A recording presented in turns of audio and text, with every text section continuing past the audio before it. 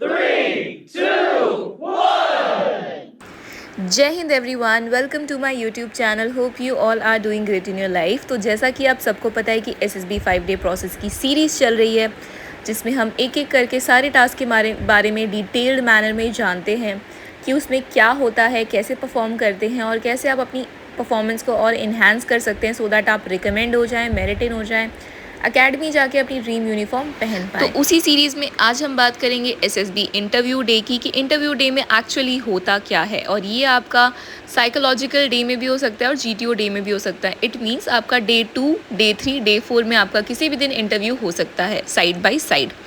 और इंटरव्यू से पहले आपने डे 1 से जितने भी टास्क होते हैं उनकी वीडियोस नहीं देखी है तो मेरे चैनल पे जाइए, SSB की प्लेलिस्ट है, वहाँ पे सारे टास्क सीरीज़ में अपलोडेड हैं, तो आपको बिल्कुल भी कन्फ्यूजन नहीं होगी।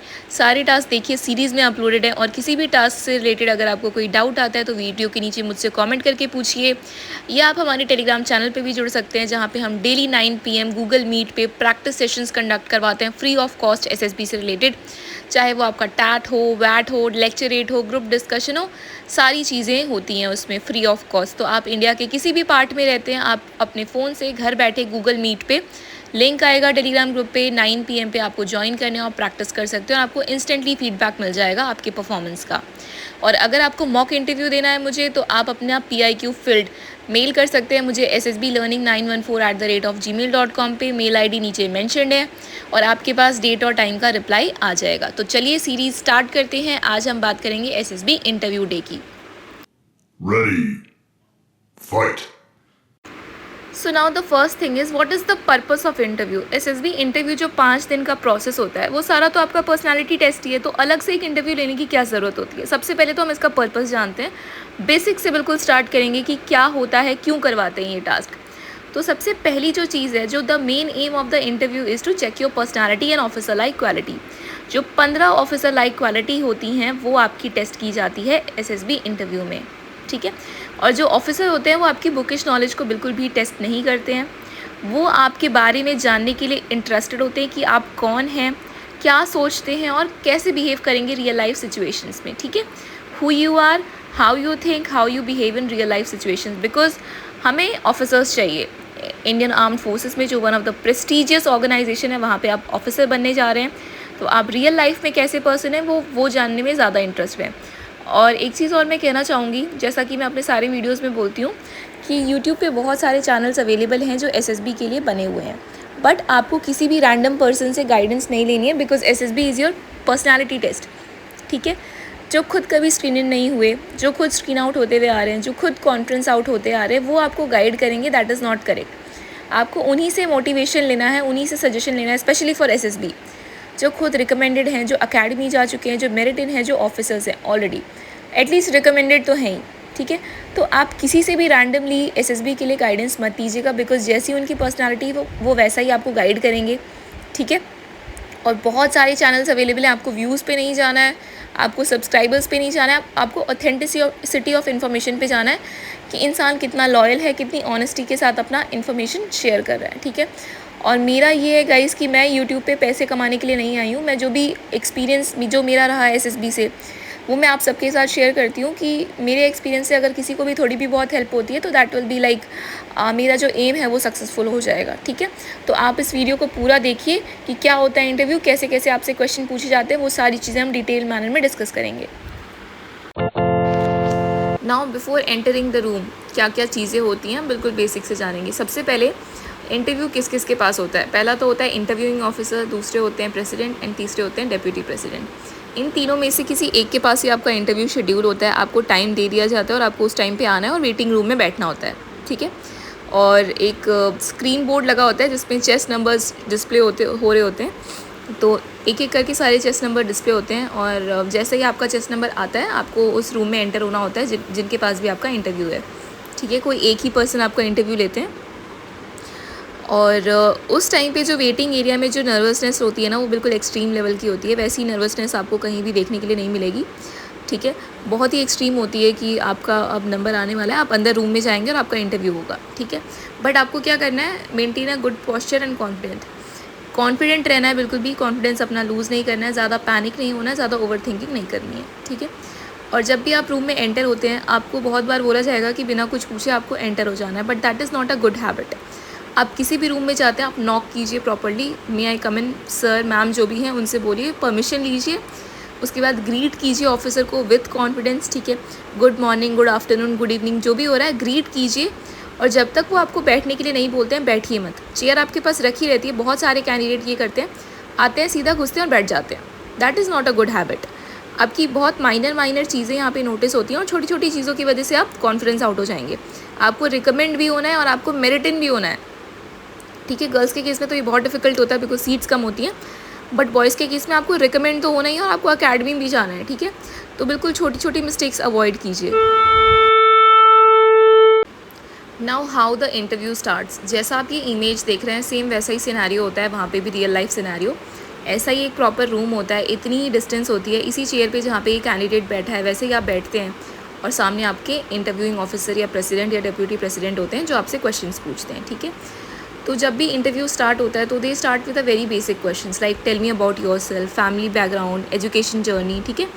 ये इसीलिए पूछते हैं वो आपसे ताकि आप कंफर्टेबल हो जाएं। उनको भी पता होता है कि जब इंटरव्यू होने वाला होता है तो कैंडिडेट बहुत ही ज़्यादा नर्वस होता है, तो वो आपसे इजी क्वेश्चन से स्टार्ट करेंगे ताकि आप काम डाउन हो जाएं, ठीक है, आप कंफर्टेबल हो जाएं। Now what are the types of questions asked. तो सबसे पहली जो टाइप होती है that is personal life questions. आपके पर्सनल लाइफ के बारे में वो जानना चाहते हैं, जैसे about your family, friends and relationships, responsibilities at home, ठीक है। तो ये आपकी कुछ पर्सनल लाइफ के क्वेश्चंस होंगे जो वो आपके PIQ से पढ़ेंगे, आपका PIQ जो आपने PIQ फिल किया होगा, और उसके बेसिस पे आपसे पर्सनल लाइफ पे आपके क्वेश्चंस करेंगे। Now the next type is education and work. अगर आप कोई काम करते हैं तो आपके वर्क से रिलेटेड पूछ सकते हैं, आपसे आपकी सैलरी से रिलेटेड क्वेश्चन पूछ सकते हैं। और अगर आप कॉलेज स्टूडेंट हैं तो आपके सब्जेक्ट्स क्या क्या थे, आपकी स्ट्रेंथ्स, वीकनेसेस, ठीक है, ये सारी चीज़ें पूछ सकते हैं। और अगर आप जॉब करते हैं तो आपका जॉब में क्या रोल है, क्या चैलेंजेस आप फेस करते हैं अपने जॉब में, और क्या आप सीखते हैं वहाँ से। तो ये कुछ बेसिक क्वेश्चन हैं आपके एजुकेशन या वर्क से रिलेटेड। और इसके अलावा वो आपके परसेंटेज भी पूछ सकते हैं। अगर आपकी कुछ परसेंटेज में स्पाइक है या ड्रॉप है वो पूछ सकते हैं कि ऐसा क्यों हुआ है। अगर आपने कुछ ऑप्शनल सब्जेक्ट लिया है तो वो पूछ सकते हैं कि क्यों लिया है आपने, ठीक है। तो ये सारी कुछ चीज़ें हैं जो वो एजुकेशन या वर्क से रिलेटेड पूछ सकते हैं। Now the next type is daily life and routine. आपकी डेली लाइफ और रूटीन से क्वेश्चन पूछ सकते हैं कि आपका डेली शेड्यूल क्या रहता है, वीकडेज़ में या वीकेंड में, आपका टाइम मैनेजमेंट कैसे रहता है, कैसे आप अपनी पढ़ाई के लिए टाइम निकाल पाते हैं, आपकी हॉबीज़ क्या हैं और आप कितने सीरियस हैं उन्हें हॉबीज़ को परस्यू करने के लिए। तो ये कुछ क्वेश्चंस आपके डेली लाइफ और रूटीन से पूछते हैं वो। Next type is very important situation based questions. आपसे वो SRT पूछ सकते हैं लाइव बिल्कुल, ठीक है, कि what will you do if, these check your decision making and practicality. तो वो SRT आपको इसीलिए देते हैं ताकि वो आपकी डिसीजन मेकिंग एबिलिटी को टेस्ट कर सकें और क्विक डिसीजन मेकिंग आपकी टेस्ट कर सकें कि अगर आप कल को ऑफिसर बन जाते हैं तो आप कितनी जल्दी कोई भी चीज़ सॉल्व कर सकते हैं और कितनी जल्दी आपका दिमाग जो है वो स्ट्राइक करता है, ठीक है। तो प्रेजेंस ऑफ माइंड बेसिकली वो चेक करते हैं यहाँ पे।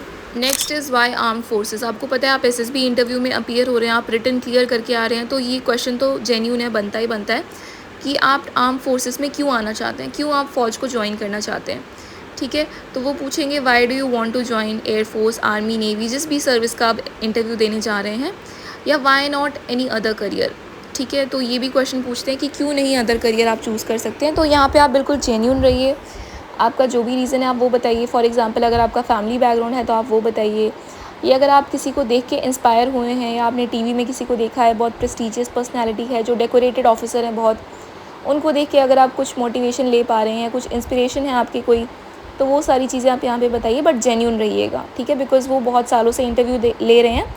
तो अगर आप थोड़ा भी झूठ बोलते हैं तो उन्हें पता चल जाता है कि आप झूठ बोल रहे हैं, ठीक है। तो वहाँ पे जाके ज़्यादा ओवर स्मार्ट नहीं बनना है, बहुत ऑनेस्टी के साथ अपने आंसर्स देने हैं।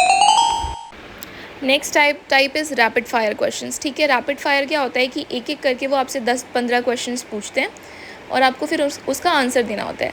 तो इसका सबसे अच्छा तरीका ये है कि वो जितने भी रैपिड फायर क्वेश्चंस पूछते हैं आप उंगली पे, फिंगर्स पे ऐसे काउंट कर लीजिए, ठीक है, और जितने फिर आपको याद रहते हैं फिर आप उनके अकॉर्डिंग आंसर कीजिए, ठीक है। तो वो मल्टीपल क्वेश्चंस बोल देंगे। रैपिड फायर का मतलब यही होता है। एंड आपको सारे जो आंसर्स हैं वो सीरीज़ में देने होते हैं, सीक्वेंस में देने होते हैं। ठीक है। इससे वो आपकी मेमोरी चेक करते हैं और आपकी क्लैरिटी चेक करते हैं और आपका कंपोजर चेक करते हैं। वो रैपिड फायर क्वेश्चंस पूछे ही इसलिए जाते हैं 10-15 क्वेश्चंस एक साथ कि आप कितनी देर तक अपनी मेमोरी रिटेन कर सकते हैं, आपकी मेमोरी कितनी शार्प है और आप किस ऑर्डर में आंसर्स कर रहे हैं, आपके थॉट्स जो हैं वो सॉर्टेड हैं या नहीं हैं या अनडिस्टॉर्टेड तो नहीं है। तो वो ये सारी चीज़ें रैपिड फायर क्वेश्चन से पूछते हैं। Now the time duration, the interview usually last about 60 minutes, between 30 to 60 minutes. कभी कभी कैंडिडेट्स का इंटरव्यू 20-25 मिनट्स में भी ओवर हो जाता है। तो ऐसा कुछ घबराने वाली बात नहीं है कि मेरा इंटरव्यू ख़राब गया बहुत, अगर कम देर चला या अगर ज़्यादा देर चल गया तो ऐसा नहीं होना चाहिए कि मेरा इंटरव्यूअर बहुत ग्रिल कर रहा था मुझे। तो ऐसा नहीं होता है। यूजुअली जो आपकी ड्यूरेशन रहती है इंटरव्यू की वो 30 मिनट्स to 60 मिनट्स ही रहती है average. Now the environment, most candidates think it will be scary but actually the environment is very friendly. वो आपसे स्टार्ट ही करते हैं बेसिक क्वेश्चन से ताकि आप उनके साथ बिल्कुल फ्रेंडली हो जाएं। बट आपको ये चीज़ भूलनी नहीं है कि वो इंटरव्यू ले रहे हैं और आप एग्ज़ाम दे रहे हैं यहाँ पे, ठीक है। आप इंटरव्यू देने आए हैं, आपको ऑफिसर बनना है। वो ज़्यादा फ्रेंडली होने की कोशिश करेंगे बट आपको अपनी लिमिट में रहना है कि वो ऑफिसर हैं, वो आपका इंटरव्यू ले रहे हैं। It feels like a conversation, ठीक है। वो आपके साथ इतना फ्रेंडली हो जाएंगे, वो आपको इतना कंफर्टेबल फील करवा देंगे कि आपको लगेगा कि एक नॉर्मल बातचीत चल रही है हम दोनों में, ठीक है। इंटरव्यूइंग ऑफिसर में even smile and make you comfortable, वो जोक्स भी क्रैक करते हैं बीच बीच में, वो थोड़ा स्माइल भी करते हैं, ठीक है। तो इन सब चीज़ों से आपको घबराना नहीं है। वो सारी चीज़ें इसीलिए करते हैं ताकि आप कंफर्टेबल हो जाएं, आप एक रियल लाइफ पर्सन उनको शो करवाएं और आप बिल्कुल सच्चाई से आंसर दें। Now common mistakes to avoid during interview, ठीक है। गिविंग फेक और प्रिपेयर्ड आंसर्स, आप कुछ भी वहाँ पे रट के चले जाइए, कुछ भी काम आने वाला नहीं है। बिकॉज वो काफ़ी सालों से इंटरव्यू ले रहे हैं तो आप थोड़ा भी फंबल करेंगे, आप रट के आएंगे तो उन्हें पता लग जाएगा। तो ज़्यादा स्मार्ट नहीं बनिएगा वहाँ पे, ऑनेस्ट आंसर्स दीजिएगा। Trying to impress too much, आपको वहाँ पे इम्प्रेस नहीं करना है। बिकॉज इन शॉर्ट जो ओपिनियन होता है वो साइकोलॉजिस्ट, GTO और इंटरव्यूइंग ऑफिसर तीनों का मिला के होता है। तो आपको इम्प्रेस करने की कोई ज़रूरत नहीं है। आप बी अ रियल पर्सन, वहाँ पे जाके आपको जो आप जैसे हैं रियल लाइफ में वैसा ही दिखाना है। Getting nervous and losing clarity, ज़्यादा नर्वसनेस में क्या होता है कि हमारा जो दिमाग होता है वो डम हो जाता है और हम बिल्कुल डम बातें करने लग जाते हैं। वो रियल लाइफ में भी होता है, सबके साथ होता है। तो आपको ज़्यादा पैनिक नहीं करना है, आपको नर्वस नहीं होना है। Not knowing your own life details, ठीक है। तो ये तो बहुत ही ज़्यादा नेगेटिव पॉइंट है कि वो आपसे अगर पर्सनल लाइफ के बारे में कुछ पूछ रहे हैं या फैमिली इनकम पूछ रहे हैं, ठीक है, कुछ भी ऐसा कुछ पूछ रहे हैं जो आपको नहीं पता है, जो आपको अवेयर होना चाहिए। तो that is highly negative point. तो आपको अपने आसपास की चीज़ों से लेके, मतलब जो भी चीज़ें आपके आसपास हैं उनसे बिल्कुल रिलेटेड रहना है, अवेयर रहना है सारी चीज़ों को लेके। तो ये सारी मिस्टेक्स आपको अवॉइड करनी है। Now these are some of the golden tips जो मैंने अपने रिकमेंडेशन के टाइम पे, जितनी भी मैंने SSB दी हैं उस टाइम पे फॉलो किया था। या आप मेरिटिन भी होंगे और अकेडमी भी जाएंगे। अकेडमी में तो आपके साथ ये चलता रहेगा, इंटरव्यू वाला सीन, कोई भी आपको बुला के कुछ भी पूछ लेता है।